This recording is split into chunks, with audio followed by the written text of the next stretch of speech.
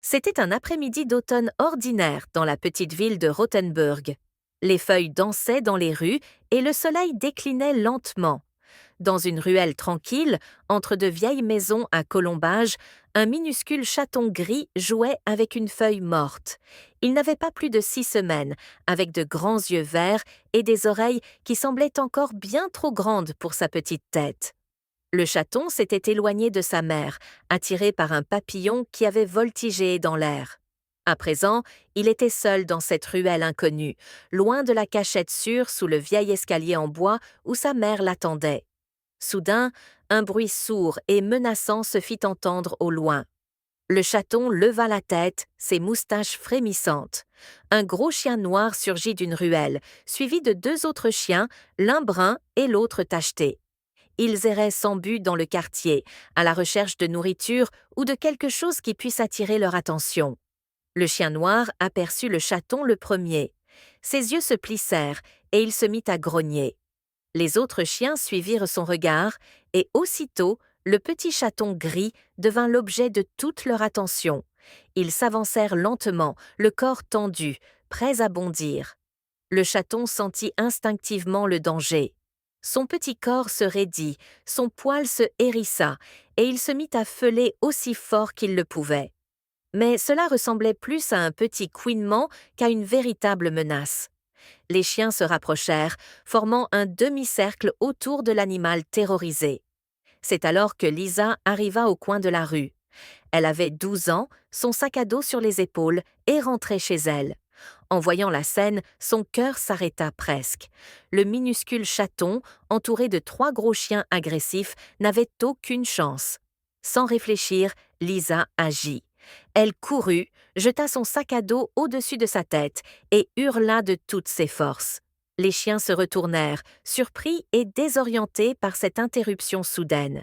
Le chien marron hésita, mais le chien noir, manifestement le chef de la petite meute, ne se laissa pas intimider si facilement.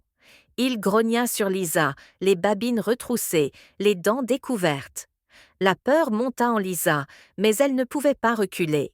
Le chaton tremblait derrière elle, blotti contre ses jambes, cherchant protection. Elle devait être courageuse.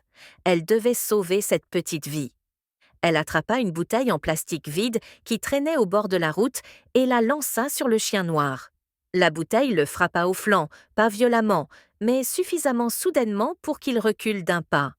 Lisa saisit l'occasion. Elle tapa du pied, écarta les bras pour paraître plus imposante et hurla de nouveau de toutes ses forces. Le chien tacheté fut le premier à battre en retraite. Il en avait visiblement assez de cette confrontation. Le chien brun suivit à contre-cœur. Seul le chien noir resta planté là un instant, les yeux rivés sur Lisa, comme pour tester sa détermination. Au moment où Lisa pensa devoir s'enfuir avec le chaton, elle entendit une voix grave derrière elle. C'était Monsieur Muller, le vieux boulanger de la rue principale. Il avait entendu le bruit et était sorti armé de son balai. De sa stature imposante et de sa voix autoritaire, il lança au chien. « Vous feriez mieux de partir. » Ce fut le déclic dont le chien noir avait besoin. Dans un dernier grognement, il fit demi-tour et s'éloigna au trot, suivi de ses 2 compagnons. Le danger était passé. Lisa tomba à genoux. Son cœur battait la chamade. Elle respirait bruyamment. Ses mains tremblaient d'adrénaline. Le petit chaton, encore effrayé mais indemne, se blottit contre sa main. Elle sentit les larmes lui monter aux yeux, un mélange de soulagement et de choc différé. Monsieur Muller posa doucement la main sur son épaule. Il lui dit combien elle avait été courageuse, combien ses parents seraient fiers. Lisa sourit faiblement et prit délicatement le chaton dans ses bras. Il était si léger, si fragile. Ensemble, ils partirent à la recherche la mère du chaton. On l'a trouvé sous le vieil escalier en bois, à 2 rues de là, avec 3 autres chatons. La mère a miaulé d'inquiétude en voyant son petit perdu.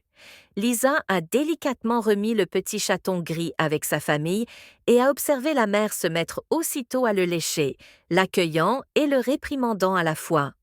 Le soir même, en rentrant à la maison et en racontant l'histoire à ses parents, Lisa sentait encore le poids de la baguette dans ses mains.